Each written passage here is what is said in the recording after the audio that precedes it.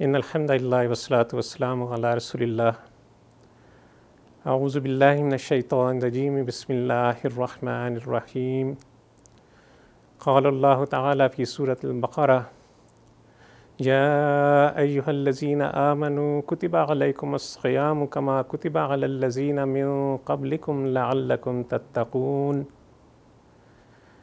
اے لوگو جو ایمان لائے ہو، تم پر روزے فرض کیے گئے ہیں جس طرح تم سے پہلے انبیاء کے پیرووں پر فرض کیے گئے تھے۔ اس طرح توقع کی جاتی ہے کہ تم تقوی کی روش پر چل سکو گے۔ ناظرین کرام، یہ اللہ عز و جل کا بے پایہ احسان ہے کہ یہ ماہ مبارک ایک مرتبہ پھر مجھ پر اور آپ پر وارد فرمایا۔ رمضان، اس کے معنی ہے جھلسا دینے والا، جلا دینے والا۔ رمضان رمضا سے مشتق ہے، جس کے معنی ہے سورج کی انتہائی تپش، سخت تپش۔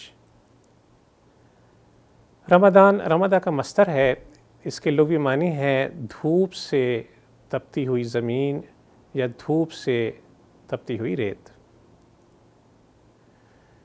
علماء کرام بھی فرماتے ہیں کہ جب رمضان کا نام رکھا گیا اس وقت شدت کی گرمی پڑ رہی تھی، اور بعض علماء کا یہ کہنا ہے کہ رمضان رمضا سے لیا گیا ہے، اور رمضا خریف کی اس بارش کو کہتے ہیں جو زمین سے گرد و غبار دھو ڈالتی ہے۔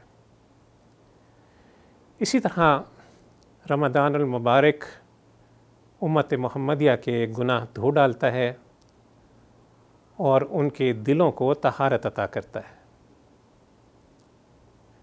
اہل علم اس سے یہ مراد لیتے ہیں کہ رمضان وہ مہینہ ہے جس میں اللہ عز و جل اپنے بندوں کے گناہوں کو جھلسا دیتے ہیں، جلا دیتے ہیں، تاکہ گناہوں سے پاک کر کے زندگی کا نیا دور شروع کیا جا سکے۔